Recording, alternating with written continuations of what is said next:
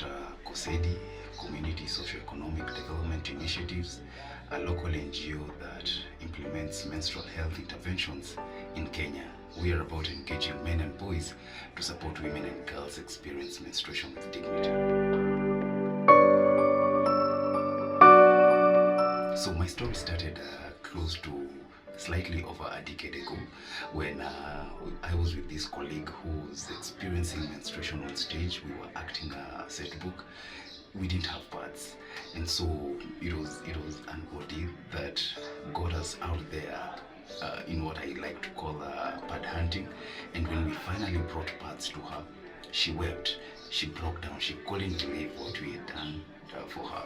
And this got me thinking, what is it that we've done to her? So it was a turning point, and that is how I started involving myself with menstrual related courses. And in college, I used to carry pads in my bag for 2 to 3 years.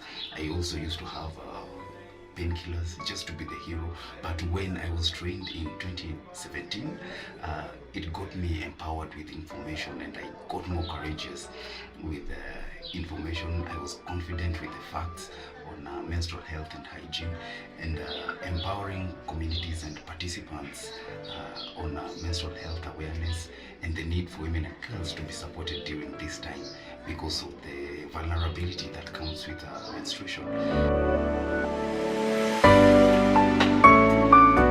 So we have been, as an organization, pro-reusable. However, we expose our participants and the community to both reusable and disposable products, and that is why you're seeing in the background both disposable and reusable products. And at the end of it all, we would love to empower women and girls to make that choice. If she wants to use a reusable product, if she wants to use a disposable product, and all the way up to disposing, access to water, access to soap, access to private spaces where they can change these products. And we are so happy that the government has also created that enabling environment through the MHM policy. We have a policy in place and we have a strategy in place too. So these are elements that go further in ensuring women and girls are able to experience menstruation with dignity. So we are working in partnership with county governments, especially now that health is a devolved function, and under or within the broader water, sanitation and hygiene, we have menstrual health and hygiene, and paying special attention to the needs of women and girls as outlined in Sustainable Development Goal number 6.2, then we are able to play our part and plug in and support dignified menstrual experiences. So that is what we do as an organization, and that is what we've been doing as an organization to advance Africa's menstrual health agenda.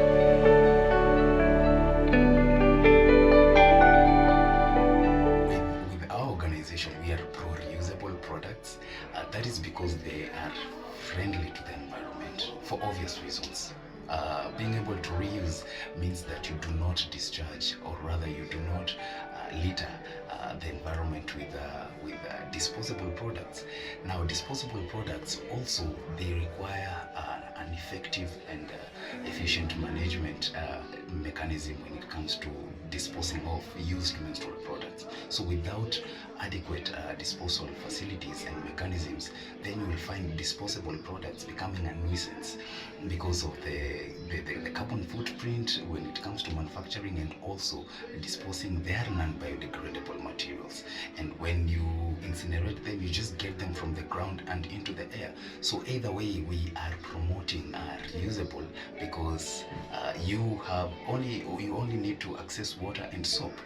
Alright, so for us it's water accessibility and water availability and soap, and if we can be able to do this in a safely managed environment, then we can be able to advance our small role in championing climate action. The mind, of course, perceptions, periods have been associated with that, and so it is an uphill task for us to always challenge this status quo of information that is there in the society. So ours is basically and essentially to challenge some of these myths and misconceptions. So it is about the mind, telling them that you know what, or rather telling the society and empowering the society that menstruation is natural, period.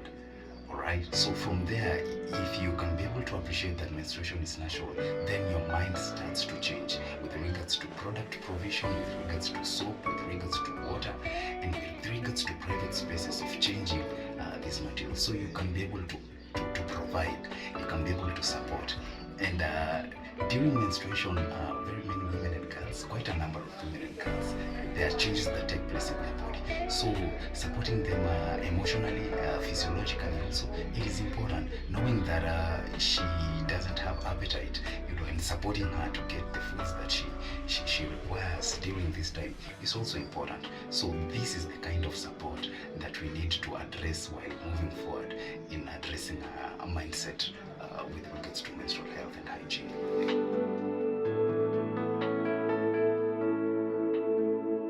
Men, it being a taboo topic attracts a lot of myths and misconceptions.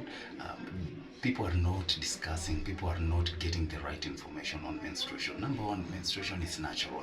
So the community, or other people, need to appreciate that menstruation is natural.